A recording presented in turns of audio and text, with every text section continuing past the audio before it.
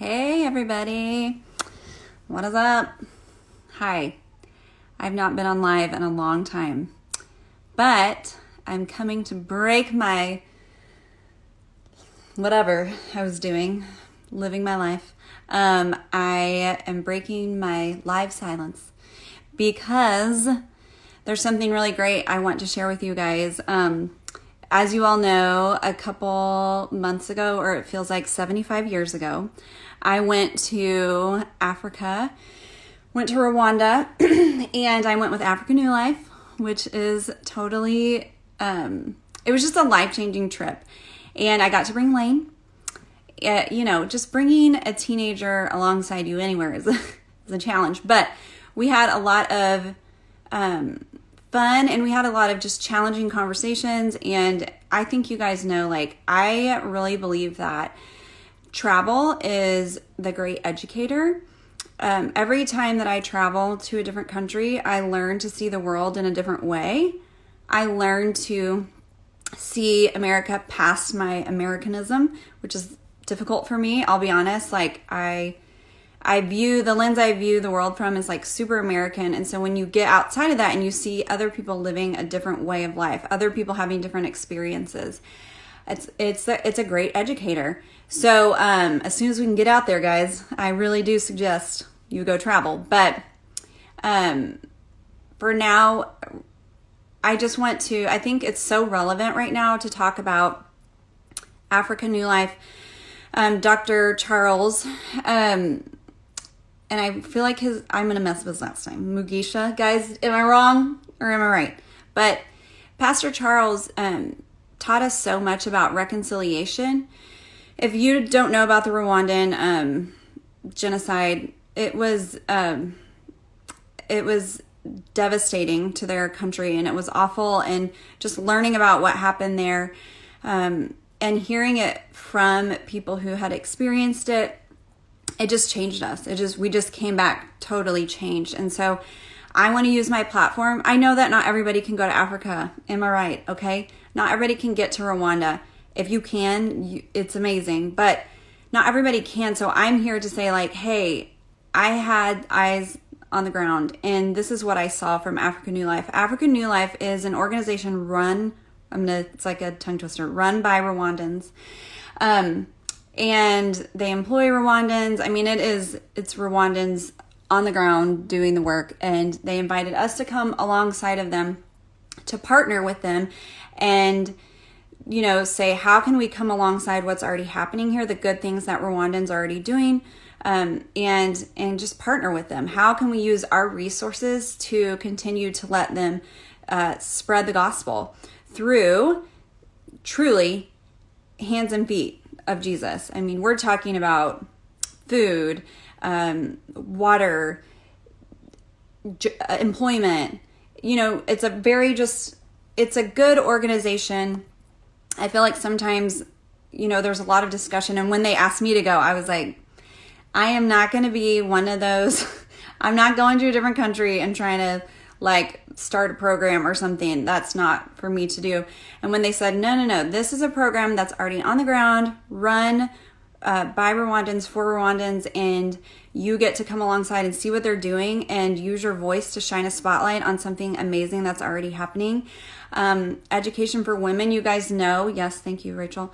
You guys know how important it is for me to see women empowered in the workplace and talk about loving women and children. African New Life hits the ball out of the park.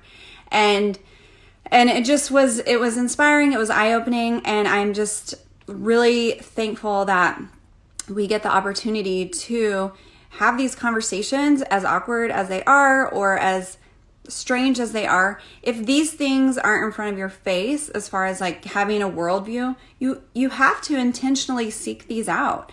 And this is one way you can intentionally seek out an organization with, it's a grander worldview. They're doing something amazing, and you get to come alongside that and partner with someone by sponsoring these families and education and food, or, their response to COVID. Just imagine we'll talk about that with Pastor Charles, which I don't even know if he's like on here yet, you guys. I'm just like chatting away.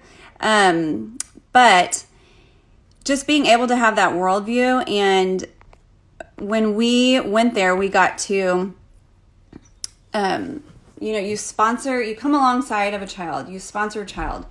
And what was interesting and what they let you do is partner alongside of those children and come meet their family, see who you are sponsoring. It is just insane, like how much they want to make a partnership. And I don't know, completely inspiring. I will mess it up. I'll probably say something wrong. Hi. Hello. Here he is. Pastor Charles, I don't know if you, or Dr. Charles, I don't know which one you prefer to go by, but I don't know if you remember me. I was the funniest one on the trip. So You're still funny. I don't know if that jogs your memory, but Yep, it does. you're like, it doesn't. So, okay, that's okay. So It does. You're still funny. It does. It's I was really giving beautiful. an introduction to you, and I was saying all of the good work that you're doing. But instead of me talking about it, would you tell us, African New Life was birthed from an idea that you had, but can you tell us how you came to that idea? And for my audience, they might not be familiar with the genocide in Rwanda. If you could just give an overview of what happened there, and then how you came into starting African New Life. Hey, African New Life Ministries was born after the genocide of the Tutsi people in Rwanda that took place in 1994. Nearly 1 million people were killed in just 90 days. I was raised up as a refugee. That's how I survived, because I was across the border. After the war, I returned to my home country and found out nearly 1 million people have just been killed. And there's a presence of dead bodies everywhere instead of human beings. They are dead bodies smelling all around. Now, for me, what touched me significantly was the number of children that were homeless. And my journey started from there to start reaching out to children. The beauty of that, I'd become a Christian at age 17 while I was a refugee. So when I came back with a different heart. I came back with the heart of Christ. I came back with a heart that was open to whatever God wanted to do with my life. And during those days, God broke me down. I was so broken. I was so broken by the lives of the children. I stopped at looking at myself, and I looked at all these broken kids. For me, it was like a Jerusalem in the eyes of Nehemiah, with the broken walls and burnt doors. But in this situation, so much of broken people. And out of that, between me and my wife, we supported 9 children, sent them back to school. Out of that, God opened up a very special door for me and my wife to come to Portland, Oregon, and go to school in Portland. And while we were in Portland with a number of our friends, we made some little money here in Portland, babysitting children, came back here, started preschool, went back to Portland, and with a number of friends, started the African New Life Ministries. Now it's around 12,000 sponsored children since we got started. That is insane. And I just want to say, like, my observation of what you did is that God gave you such a heart. He broke your heart first. And after seeing that and feeling the brokenness and lamenting that out of that, you moved into action. And from listening to what God wanted you to do, you did the small thing that was right in front of you. Yep. You did the small thing right in front of you. It was 9 children. And then God grew that to 12,000 children. Yep. It's mind blowing that one act of obedience can affect that many people.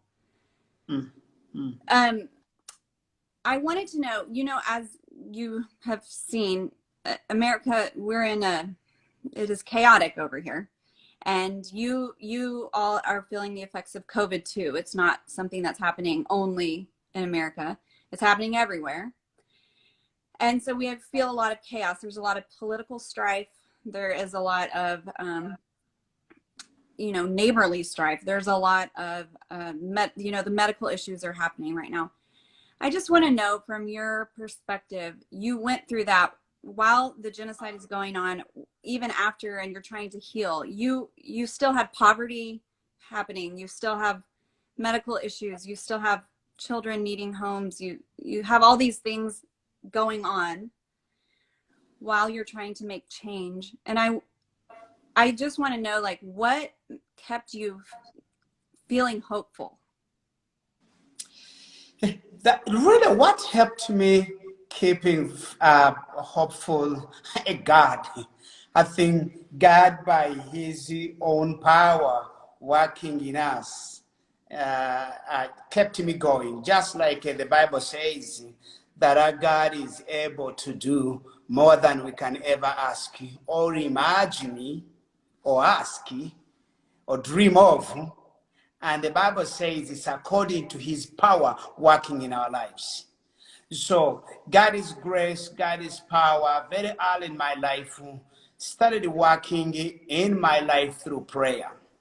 Very early, around the 17 years of age, 18 years of age, 19 years of age, I would spend hours and hours and the nights of prayer and seeking the face of God. And I really think around those seasons of my life, God started forming strength in me through prayer to prepare me for what He had before me, because even my own life was so broken by what I'd gone through. But I realized that the hours I would spend in the presence of God, praying, crying, and I literally crying before God. I remember at one point, I think I was still 16. I had not even understood the whole idea of being a Christian. And after praying through regular rituals of prayer, I got tired and I put down my prayer book and I started praying to God in tears. Without a prayer book, without anyone assisting me. So I realized very early in my life, God started the secret work of the Spirit in me, preparing me. And I realize up to this day, prayer keeps me going. Even during this COVID season, prayer is keeping us going. There are moments of anxiety, but even in those moments of anxiety and fear, I come back to God and spend a day or two with the Lord in prayer. And as you do that, it just rejuvenates your spirit and gives you new strength to go on. So it's from God. That's a good word. I think because it feels so hopeless and it feels so scary and it feels so troubling, I just want to do something. I want to do something. I want to, in my own strength, I want to get out there and, I don't know, do something. And that's a good reminder to start. Actually, it starts in the heart. It starts in the secret place with God. It does. So so all this is going on in your country and you come back into it. You had been away while the genocide was going on. You had been away at doing several things. I think schooling. Tell me, what were you doing? You were away for a bit. While I was away, I was going to Bible school, and I got married, found my wife. My wife was also a refugee herself. Both of our parents had left their home country, running away. Got married, found out that she had a vision for Rwanda herself. She wanted to go back. And before we even graduated, we got married. And we started this partnership that God was calling both of us, two are better than one, to start this journey. And my wife has been very much instrumental. I think that is the greatest gift I got while I was in my refugee life and preparation for ministry. She's my best diploma from the Bible College. Because if I had not gone there, I would have not found her. And she agreed with me all the way. When we lived in Portland, she babysitted the children, made money, and the money she made, I used that money to start the first preschool. We started in Rwanda, which is now one of the best high schools in the nation. So basically, I was going to school. The way I went to school, a church in San Antonio, Texas, an African American church in San Antonio, Texas, pastored by Pastor Draper, paid for my education to go to school. So that's how I was able to go to school. I got some help through a number of people I'd met on my journey of life. Well, you certainly do like to surround yourself with strong women. I'll say that. I met a few. I do. They are bosses. I'll just say that. Your wife, I was like, okay, I want to learn from her. You guys are a power team. Okay, so my question is, before we move into how my people can kind of get more involved in African New Life and understand what's happening there and what you're doing, is when reconciliation happened for you guys, what do you think the key is to reconciliation? Like, there are two groups who think that they're both right. And what do you think, they're adamantly feeling like they are right. And what do you think the key, though, is to reconciliation, as you guys have walked through? I mean, really a supernatural reconciliation. But what do you think the key is to kind of taking that journey towards reconciliation with each other? I think number one, the community has to make a decision to stop the cycle of hatred. Put a stop. Because if you don't put a stop and make a decision to stop the cycle, you rehearse it. And when you rehearse it, you will never stop. Someone has to be willing to lose so that all of us can gain. So when the Tutsi people of Rwanda lost their families, they had to finally, they were able to overcome, because the military group of younger people, Tutsi people who were refugees, came and redeemed the nation.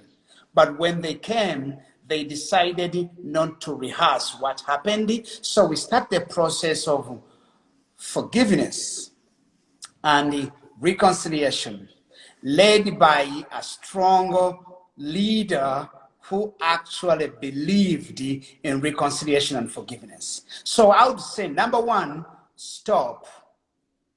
The community must make a decision to stop the cycle of hatred. And then number two, you have to have good leaders who are willing to stand in the gap and maintain the decisions of the community. And once you do that, you start getting on a good journey, which is going to lead into changing laws and the regulations, so that people can live together peacefully, be fair, provide justice, fairness, rights, same rights for everybody, same education opportunities for everybody, same medical opportunities for everybody, same work opportunities for everybody. It is a journey. It doesn't happen in a year or two, but that journey begins by making good decisions. Well, and as a side, I know I'm not sticking to any of my questions, so I'm going to get fired from ever doing this again. But when you start deciding, I'm not going to rehearse this anymore. Like, I'm not going to rehearse what happened and keep the cycle going. I'm not going to be a part of it. So when you decide to not do that anymore, or the groups decide to not do that anymore, and you have strong leaders rising up and saying, we're not doing this anymore. Okay, we're not doing it. We're going to make a change. Was there opposition? Was there opposition to that? Oh, I don't know. Was yes. there opposition to any of that going on? Oh, yes, the opposition still exists. But you have to have a critical mass that is tired. I think we were tired. I mean, I started seeing wars when I was like in grade 5, all the way till I was like 26 years of age. So you can imagine the best part of my life was spent in wars. Okay, so by now I'm tired. So there are so many people like me who are tired. We are tired of fighting. We need a home. We need some peace. And maybe we can find a home by deciding that this place is fit for both of us and we can live together in harmony. So there's a sense of exhaustion. People have to come to a point where they feel tired. And if you are tired of fighting, then you seek peace. And we are tired. I mean, we were tired. That feels like a very familiar statement. I mean, how much do you continue going in the old ways before you say this isn't working anymore? You know, yeah. And we need to change. Yeah, I don't want this for my children. I don't want this for my grandchildren. I want something better. I want a better Rwanda for my children. I want a better Rwanda for my grandchildren. So you start having a vision for being better, and as you get a vision for being better and being better citizens and living in harmony, and have leaders who believe in the vision, so you all work around the vision of what you want to become. And gradually you do. It may take 5 years, it may take 5 years is underestimation. Talk 20 years, talk 30 years. It takes time. It does. It takes time to break old habits. It takes time to break old thoughts. It takes time to break old ways of doing things. I think I just feel like that feels very familiar what you're saying. And I haven't even lived through it, but watching it feels exhausting. So through all of this, you start this organization, African New Life. You are helping children. You are helping children and families and women and all medical care and all of these things. You guys have your hand in so many things. I think you must understand it's not just one thing. Not just one thing changes a family's life. Can you touch on like what are the areas that African New Life touches on that changes someone's life? You know, first of all, when I talk about African New Life, I talk about a ministry of two hands. I call it the two hands of the gospel. A faith in our Lord Jesus Christ, which is the teaching of the good news of Jesus, and then acting out compassionately in every community. And when you look at it, to be able to build a community, you need to provide education for the next generation. Because education emancipates the poor. It's the first step in the emancipation of the poor. But then education only is not enough. Otherwise, you may be educating robbers, and you are educating people who are going to embezzle government money. People need a faith in Jesus Christ so that there's discipleship going on. Therefore, we build schools and we plant churches. But at the same time, people need a community that can support them. Community of nurses, like sick people need medical care, and we have nurses in every community supporting the community, providing training for the women, providing a well because they have to drink water before they go to school, and they need some clean water in that community. So it takes a number of things. That's why we are in education. We run multiple schools. We send over 12,000 children to schools from preschool all the way to university and vocational schools. We run a family center for mothers and women who need vocational training. That's a ministry that was started by my wife. We run the second largest hospital, private hospital in the city of Kigali, so we can provide healthy care for the community. People need healthy bodies. So it's the whole idea really of acting compassionately in the community. Now, we have a great team. We have around 400 people in Rwanda working for African New Life Ministries, from education to health care to vocational training to social workers. God has created a movement through African New Life Ministries to actually transform this nation. Our real vision is the transformation of individual lives and communities by preaching the good news of Jesus Christ and acting compassionately in those communities we serve. Well, I love how it's so holistic. It's Yeah. not just okay, go tell them about Jesus and bye. I hope that helps you. You know, it's so holistic. It's you need education, you need a faith, you need a healthcare system, you need water. It's very inspiring what you're doing, because I think from well, an American view is just, you know, give them clean water there, you know, like that's the magic thing. And the gospel compels you to see the whole picture and compels you to help holistically and care for the whole person. And for a woman, that means she's probably got her children. Yeah. And I don't know, I think I love how you guys love women. And I was so inspired to see that you really do take care of the whole community in that way. Okay, can you tell me, during the challenges of COVID must have been crazy. You already have a lot of things going on in Rwanda, and then to add this global pandemic. What are some things that African New Life, you had to pivot. I know that you had to kind of pivot here, and you had to change some things that were going on, but can you tell us what you were doing to pivot and change and kind of care for people during COVID? You know, during COVID here, people lost jobs. And we don't have a welfare system here. So once you lose a job, you're actually on your own. People have been locked down for months up to this day. So we have continued to provide hope by preaching the good news of our Lord Jesus Christ. But let me tell you, we've also provided tons and tons of food to communities where we serve.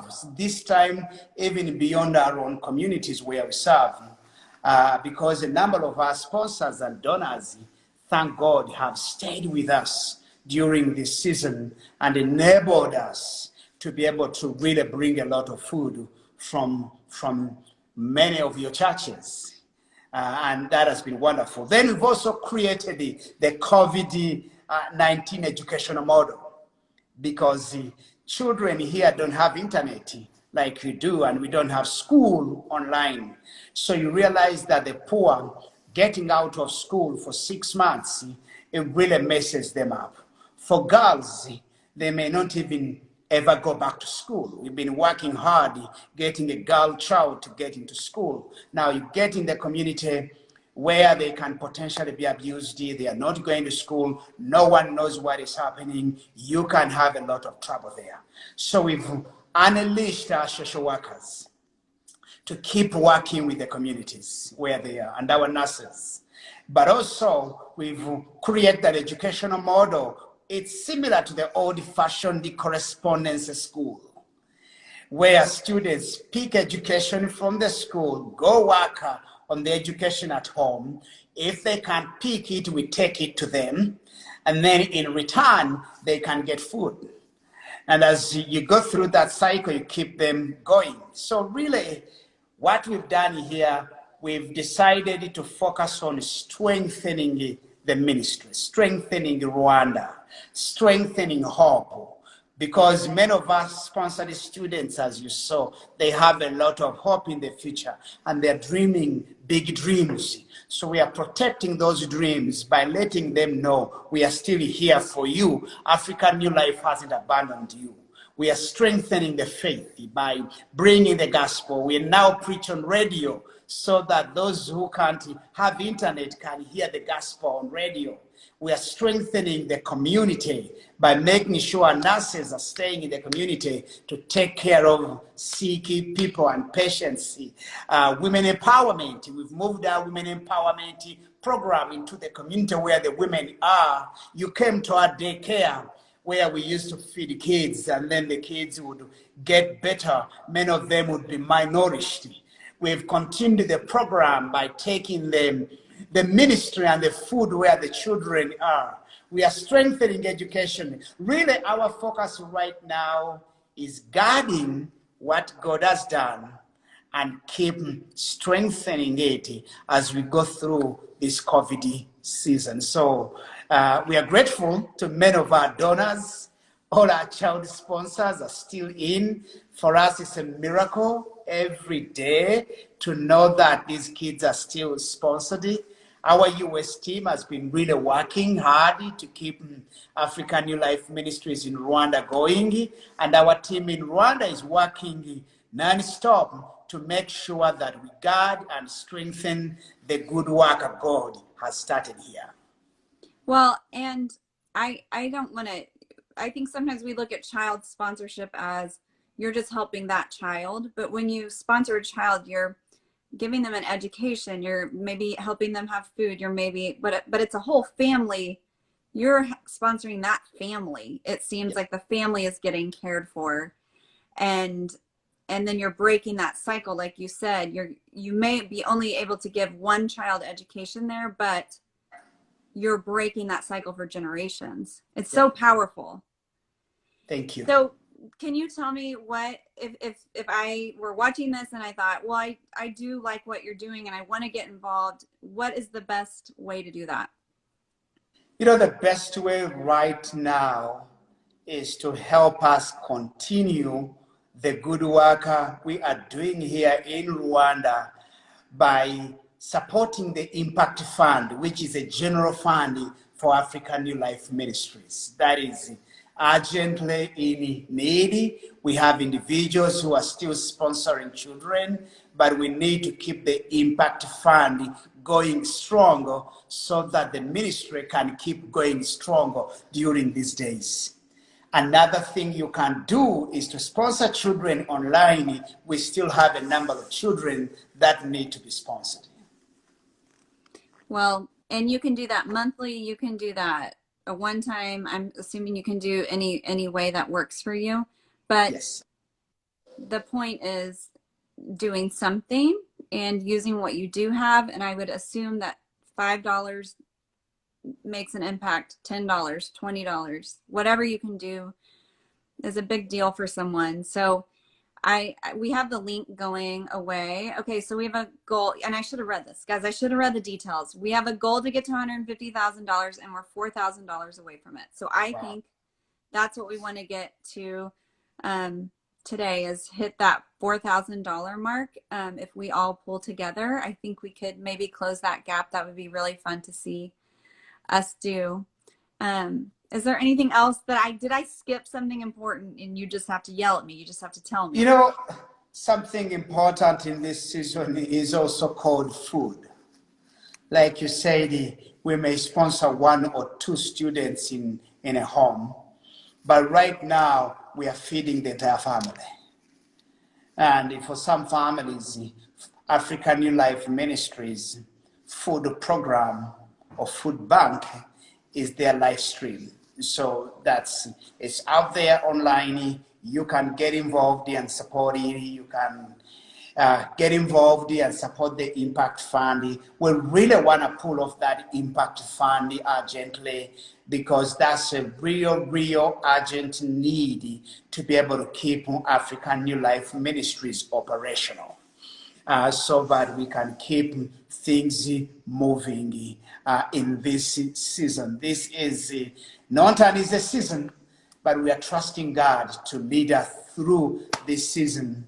And we know that through prayer and faith and hope and encouraging each other and reaching out to each other and doing the little things we can do and giving in smaller ways we can, I think together we can win this battle. And we are winning. Well, we need to take a note from Rwanda. We need the hope. We need the little things. We need prayer. You just preached to me today, so I appreciate that. But we need you all lead the way in reconciliation for us, and you inspire us to do better and to cling to Jesus and to let the gospel move us into action. And for some of us, that's going to be dollars. And for some of us, it's going to be prayers. And for, it's whatever we can do. But thank you so much for hanging out with my people. We stayed on time. I just want to say. Thank you. Thank you so much. Thank you for giving me the opportunity to talk to your people and all my friends in the US. God bless you. Yes. All right. I'm going to have, you're going to have you. to come back on. It can't only be a one-time thing. We're going to need you to come back. Okay. Okay. I'll be happy to talk to see you again. Visit with you. All right. See you. Bye. Okay. Bye-bye. Bye.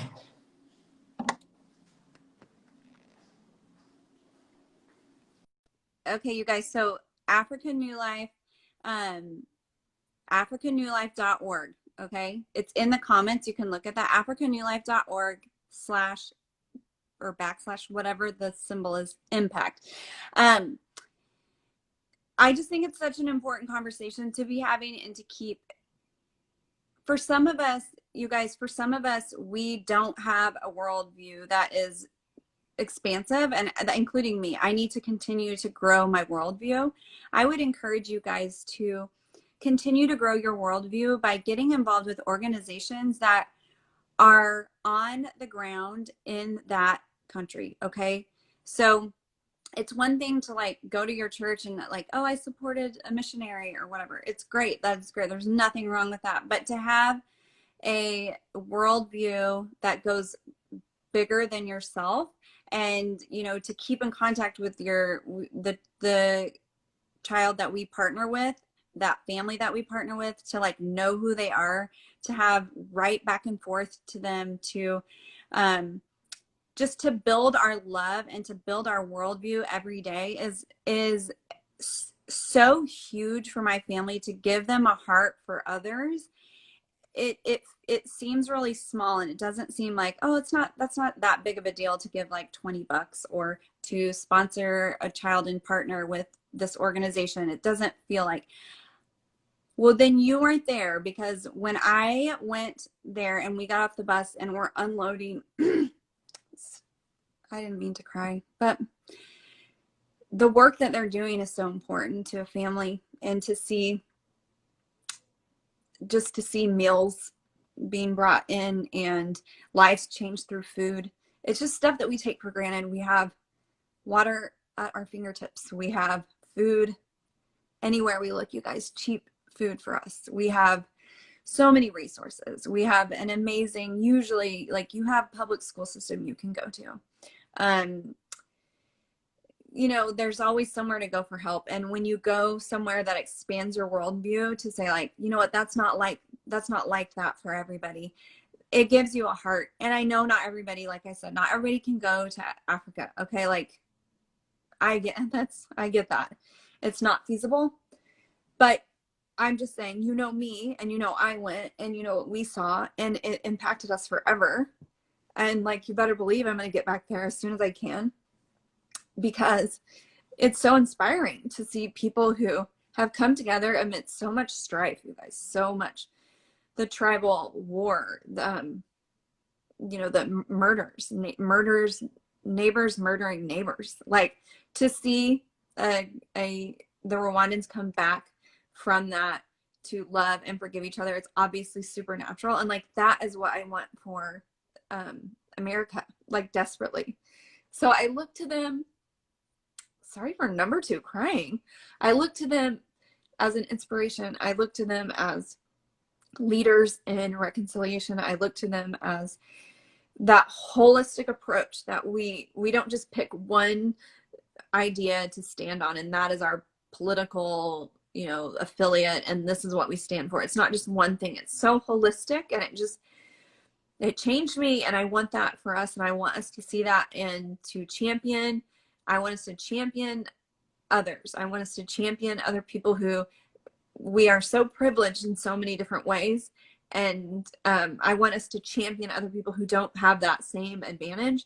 I think that is the heart of the gospel, is to look at people and to say, you are just as valuable and as important as me and my family. And so what am I going to do about that? If I really do believe that you are more important than me, and that you are more important than my family, and that I see you as valuable, like, the gospel just compels you in your bones to that. It has to come out of you. It has to come out, and you have to champion the weak, and those who need help. And so African New Life for me is that, like, I just feel like, oh my gosh, we found this incredible organization with such a good heart, doing such good things and for the gospel, and it's run by Rwandans, led by Rwandans, and they employ Rwandans, and we get to come alongside of them and say, like, hey, you're doing good work. Here is what I can give and help support this feeding program.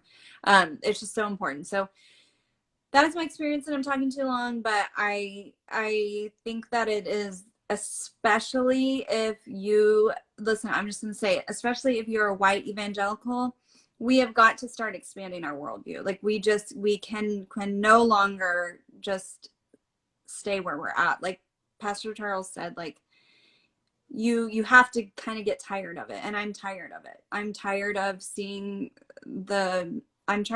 us be so divided. I'm tired of it. And I want more for us, and I want better for us. And the only way to do that is to look inside of ourselves and say, like, I'm going to change, and I'm going to do the little thing. Like Pastor Charles did what he thought was small, and they scrounged up money and supported 9 children that needed help, because that is what they could do. And then they went and used their influence wherever they were. And they went to Portland, wherever they were, they went to school, they were talking to people and saying, like, there's more kids that need help. And from that one act of obedience, where you think you did something small, maybe it's your small $20 bill, or it's your small reconciliation, or maybe it's your small piece of repentance, maybe it's your small, I'm gonna face what's in there, I'm gonna say, maybe I was wrong, maybe it's something really small, and you will not believe what God will do with that small thing that you have put out there and said, I'm gonna walk in obedience, instead of staking my claim and saying, like, I don't need to change, or I don't need to help, or I like my life, it's just fine, I'm comfortable, and refusing to look outside of yourself. I think the gospel compels us, you guys, the gospel should be compelling us to want to change. You should not be the same from day to day. If you are interacting with God, it should just change you when you come into contact with him. And when you come into the contact with the gospel, it should change us. Anyway, I'm sorry to be going to church right now, but I'm not. So use something small and make a big impact. I know that God will use our obedience to close that gap, that $4,000 that they need. I think we can do it. And I think let's do that. AfricanNewLife.org / or whatever impact. They'll put the link in here again. It just is a big deal. It's a big deal for those families. It's a big deal for this organization. It's a big deal for the gospel, and it's a big deal for your eyeballs to expand your worldview as much as you can every single day. Okay, bye, you guys.